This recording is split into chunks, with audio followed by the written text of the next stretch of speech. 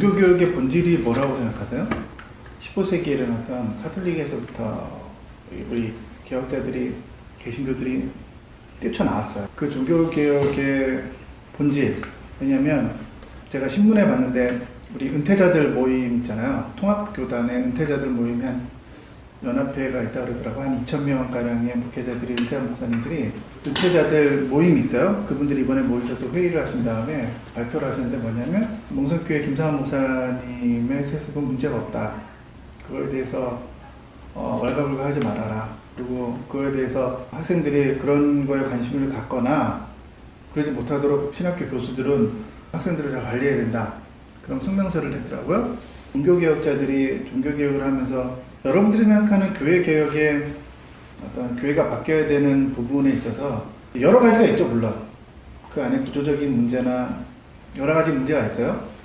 그 중에 가장 먼저 무엇이 시급하다고 생각을 하세요, 혹시? 저는 첫 번째는 그거라고 생각해요. 이 성경에 대한 해석권 있잖아요. 성경을 해석할 수 있는 해석에 대한 그 부분을 그렇지 않다고 사실은 교회는 말하지만 현실은 뭐냐면 목회자들만 성경을 해석할 수 있는 권한이 있어요. 물론 명문상으로는 모든 사람들이 성경을 해석할 수가 있죠. 우린 그렇게 말하죠. 그렇죠? 모두가 대제사장이고 모두가 왕같은 제사장이라고 말하지만 현실에서는 뭐냐면 목회자들만 성경을 해석할 수가 있어요. 그렇죠? 그리고 그 사람들에게만 해석할 수 있는 권한을 두고 사람만 서서 설교를 한단 말이에요. 그럼 이게 바른 방향으로 가고 있냐는 거예요. 저는 그렇게 생각하지는 않아요. 성경을 해석할 수 있는 권한을 한 무리들, 그러니까 어떤 사제들에게만 주게 되면은 필연적으로 그런 종교 집단은 부패하게 되어 있어요. 왜냐면 우리 영화 일라인가요? 덴젤 워싱턴이 주연한 일라이라는 영화에 보면은 미국이 초토화돼서 핵전쟁 때문에 초토화된 다음에 계시를 받고 그 사람이 책을 한 권 옮기는데 서부 지역까지 동부에서 서부로 가는데 그 한 권의 책을 옮기기 위해요. 근데 중간에서 뭐 악당을 만나서 뭐 그런 얘기들이 있잖아요. 근데 그 악당의 역할로 나오는 그 있어요. 영국 배우 중에 누군데? 근데 그 사람이 이런 말을 해요. 성경을 찾는 거야. 핵전쟁이 일어난다면 성경을 찾는 이유가 뭐냐면 도무지 인간들이 말을 들어먹지가 않는 거야. 극악무도한 깡패이긴 한데 무법자란 말이야. 그런데도 사람들은 말을 들어먹지가 않아. 그 사람들을 조직하고 말을 들어먹게 만들려면 성경이 있어야 되고 성경을 자기가 읽어서 얘기해주고 이 성경의 권위를 가지고 이 사람들을 통제하고 싶은 거야.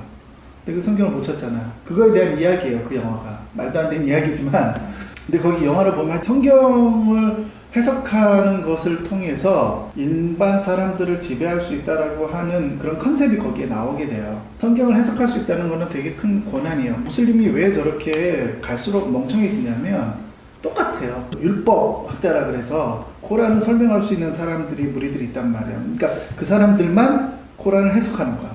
권한이 그들에게만 있으니까. 그러니까 더 바보같이 되는 거야. 시간이 지나면 지날수록 그렇게 돼버려요. 교회가 분권화되고요. 개교회화 될수록 어떤 문제가 생기냐면 그게 물론 좋은 점도 있지만 성경을 해석할 수 있는 권한이 목회자에게만 주어지고 리더에게만 주어지면은 바른 해석을 할 것 같죠. 아니니까 자기 마음대로 해석하고 자기가 유리하도록 해석하는 게 오히려 그게 도움이 되기 때문에 사람들은 그렇게 해요. 그 권력이 있을 때는. 제가 성경을 해석할 때 가장 중요하게 생각하는 게 뭐냐면 성경은 자기가 독특한 걸 깨달아가지고 그 독특한 것을 가르치려고 하면 안 돼요. 틀려고 하면 안 된다고. 중요한 거는 우리의 시대의 역사 가운데 우리가 정립한 그 틀이 있단 말이에요. 그 틀을 근거로 해서 그걸 그대로 얘기를 해야 돼요.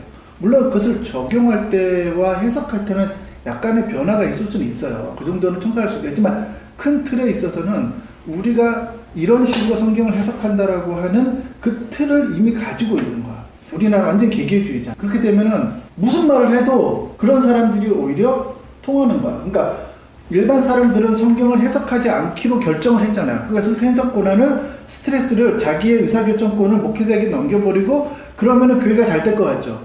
그럼 사람들은 어떻게 되냐면 스스로 성경을 해석할 수 않고 의사결정을 하지 않기로 결정하는 거야. 그러면 제일 뜨는 사람이 누구냐? 홍준표 같은 인간들이 뜨는 거야. 그 보수 갖고 막말을 하고 목소리 큰 사람이 결국은 다 먹게 돼 있어요. 사람들은 그런 걸 좋아하기 때문에. 그러니까 교회 안에서 음모론을 얘기하고 외계인 얘기하고 뭐 프리메이슨 이런 거 얘기하면 사람들이 더 좋아하는 거야. 극단적 종말론 얘기하고 종말이 온다 이런 얘기하는 게 좀 더 자극적이고 그런 거를 목청 높여서 하는 게 사람들이 더 좋아한다. 이게 개교주의가 갖는 그런 문제들이에요. 천주교는 그런 게 있어요. 천주교가 좋은 게 하나가 뭐냐면 성경을 해석하는 틀이 딱 있어요.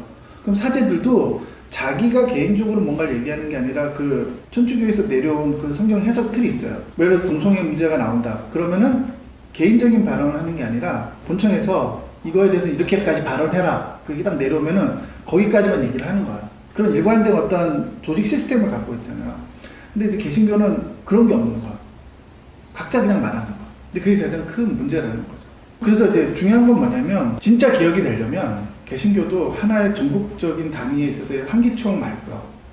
걔네들은 정치 집단이고 천주교처럼 뭔가 성경을 해석할 수 있는 그런 의미에 있어서의 전국화된 어떤 단위가 있어야 돼요.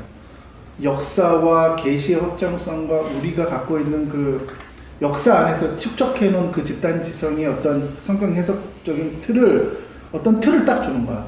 그리고 그 틀 안에서 약간의 해석에 대한 여지성을 남겨놓은 상태에서 그 틀을 제공해 줘요. 그 틀 안에서 설교를 하라고. 그런 걸 해줄 수 있는 전국적인 단위의 조직이 필요한 거야.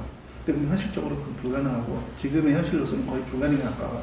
워낙 교단들이 흩어져 있어서 그거를 통합할 수 있는 그건 거의 불가능한데 그래도 그나마 현실적으로 교회를 개혁할 수 있는 게 뭐냐? 목회자들의 성경 해석권을 가지고 와야 돼. 그리고 성경을 모든 사람들이 해석할 수 있게끔 해야 돼. 근데 사람들은 이렇게 말하면 좋아할 것 같죠? 싫어요. 왜 자기가 그런 스트레스를 받아야 되냐? 사람들은 성경을 해석하고 싶지 않아요. 그냥 묵상을 하면서 내가 이런 걸 느꼈어. 자기 느낌은 말하고 싶지만 성경을 해석하고 싶어 하지는 않아요. 기독교인들, 종교인들, 특별히 우리 기독교는 의사결정의 핵심의 기준이 뭐냐면 성경이기 때문에 성경을 해석할 수 있는 고난이 곧 권력을 쥐는 거야. 왜냐면 그 해석에 따라서 어떤 결정을 해야 되거든. 왜 지금 모든 교회들이 동성애, 이번에 뭐 내가 신문에 봤는데 미국의 어느 교회에 한인교회가 있어. 2,000명 모인 한인교회가 120억 상당의 건물을 그냥 포기했어요. 자기들은 그 미국 장로교 교단 안에 속했는데 미국 장로교가 동성애 합헌에 따라가잖아요. 자기는 따라갈 수 없다고 교회가 그거를 교단의 노예에 소속되어 있는 재산을 포기하면서까지 나와가지고 독립하겠다고 그런 결정을 내리게 되는 근거가 뭐냐는 거야, 기독교인들이. 성경이잖아요. 성경을 해석할 수 있는 권한이 있고 그 해석에 따라서 뭔가를 결정한다고요. 그러니까 성경을 해석할 수 있는 권한이 목회자 혼자에게 집중되는 건 굉장히 위험한 구조로 가요. 큐티 정도 수준에 있어서의 나눔을 말하는 게 아니라 적어도 이 사회 이슈들에 대해서 성경으로 해석할 수 있는 근거와 그 정도의 권한들을 교회 구성원들이 가져야 돼요. 그럴 때에만 민주적인 의사결정의 시스템들이 교회 안에서 만들어져요. 지금 뭐 계속해서, 그러니까 나는 그렇게 생각해. 교회 성숙하신 분들은 설교도 같이 해야 되고요. 성경 해석도 같이 해야 된다니까. 본인들도 그런, 이게 그런 마음이 없으면 교회 개혁을 아무리 외치고 내가 뭐 교회가 바뀌어야 된다, 한국 교회가 바뀌어야 된다, 뭐 말하지만 뭐 어떻게 바꿀 거냐는 거야. 그 개혁의 시작은 성경 해석권을 가지고 와야 돼. 그나마 그게 뭐라도 하나라도 이게 하나라도 한 걸음을 뗄 수 있는 시작이 되니까요. 물론 그걸 근본적으로 해결할 수 있는 방법은 뭐냐면 전국화된 의사결정 구조의 이 전국 단위의 어떤 교단을 통합하는 게 제일 급선무죠. 근데 그거 현실적으로 너무 어렵잖아. 교단이 있어도 김상환 목사님을 치리할 수 없잖아. 왜 치리를 못해요? 성경을 해석할 수 있는 권한이 목회자들에게만 있으니까 그게 성경적으로 문제 없다 이렇게 해버리면 누구도 반론을 제기할 수가 없는 거야, 거기. 그렇게 돼버리는 거야.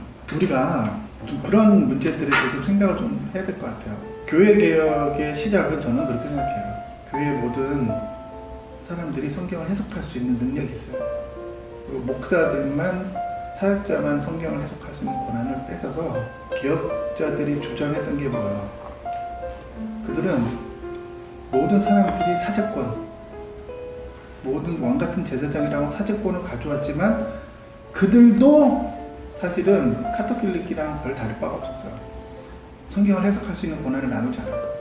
그래서 몇몇 사람들은 목회자들만 성경을 해석하는, 물론 그 시대가 야만의 시대이고 모든 사람, 문맹률이 90% 가까이 되니까 그 시대는 어쩔 수 없었다고 생각을 해요. 이해할 수 있는 부분도 있죠, 사실은. 근데 현대에도 그래야 된다는 게 좀 마음이 아픈 것 같아요.